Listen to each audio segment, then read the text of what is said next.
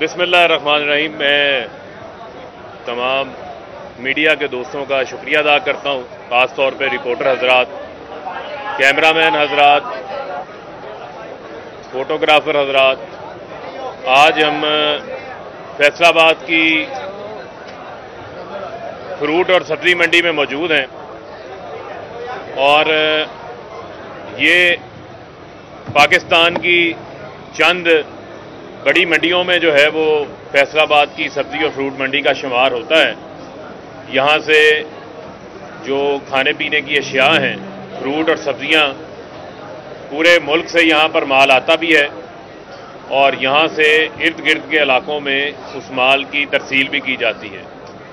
اور آج ہم یہاں پر جو ہمارے مزدور بھائی ہیں، آج یہاں پر ہماری جو آڑھتی حضرات ہیں، ان کے نہ صرف مسائل کو سنیں گے بلکہ اس کے ساتھ ساتھ ہم یہ بھی چاہیں گے کہ لوگوں کو ہم جو مناسب قیمتوں کے اوپر جو اشیاء کی فراہمی ہے اس کو یقینی بنانے میں بھی ہمارے یہ کاروباری حضرات جو ہے وہ ہماری مدد کریں گے، ہماری اس میں جو ہے وہ رہنمائی فرمائیں گے۔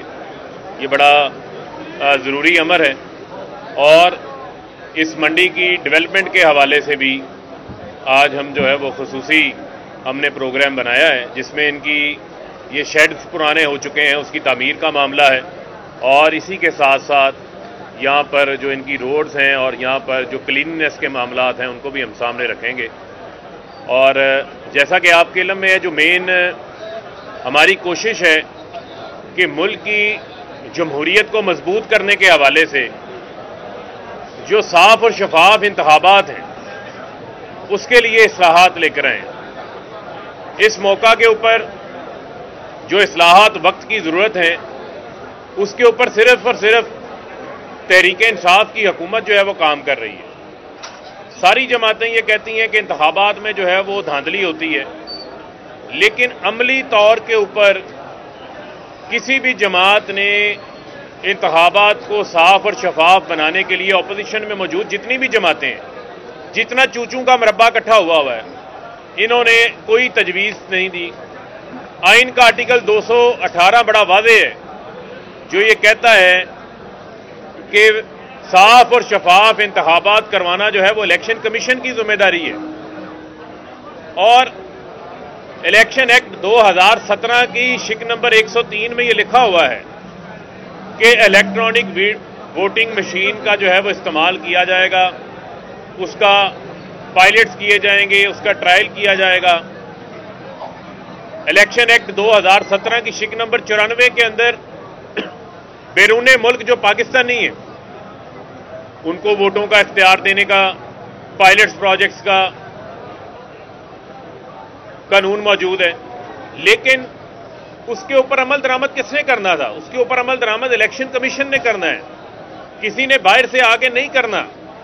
پاکستان کے ہر الیکشن کے بعد جو ہے وہ دھاندلی کا شور مچ جاتا ہے، ہارنے والا انتخابات کو قبول کرنے کے لیے تیار نہیں ہوتا۔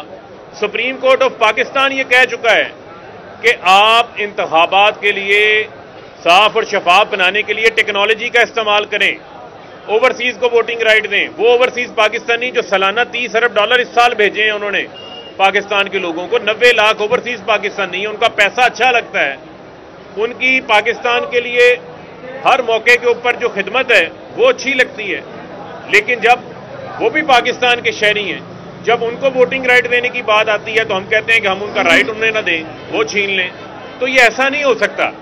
یہاں پر الیکشن کمیشن کو یہ بتانا پڑے گا کہ جب ای وی ایم کا استعمال الیکشن ایکٹ 2017 جو قومی اسمبلی سے قانون پاس ہوا ہے اس میں موجود ہے، اوورسیز کو ووٹنگ رائٹ دینے کا معاملہ شک نمبر 94 میں لکھا ہوا ہے، اس کے لیے پائلٹس کرنے تھے، تو آپ نے آج تک کیا کیا ہے؟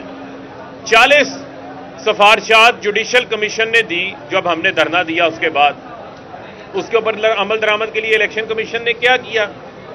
آج اعتراضات وہ اٹھا رہے ہیں جو اپنی ہی استداد کار کے اوپر اعتراضات ہیں۔ آپ جائیں انتخابات میں اسی ملک کے اندر 3 مرلے کے 5 مرلے کے مکان کے اوپر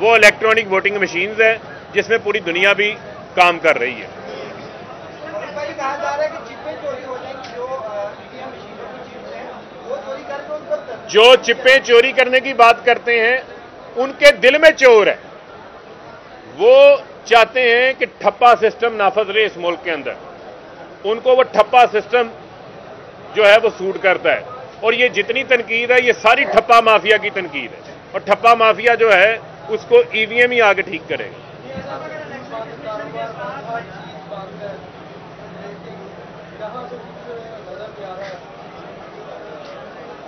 ایس او پیز کے اوپر دیکھیں, ویکسین ہم سب کو موٹیویٹ کر رہے ہیں. یہاں بھی ویکسین کا انتظام ہوا ہے, ویکسین لوگوں کو لگائی گئی ہے.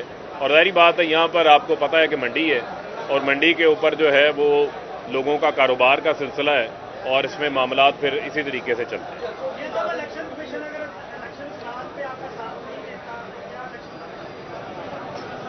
دیکھیں میں نے آپ کو کہا پارلیمان سپریم ہے, اور جو ایکٹ آف دا پارلیمنٹ ہوگا اسی کے اوپر سب کو عمل درآمد کرنا پڑے گا. یہ بھی آئین کے اندر لکھا ہوا ہے کہ الیکشن کمیشن نے ایکٹ آف دا پارلیمنٹ کے تحت انتخابات کروانے ہیں. بہت شکریہ.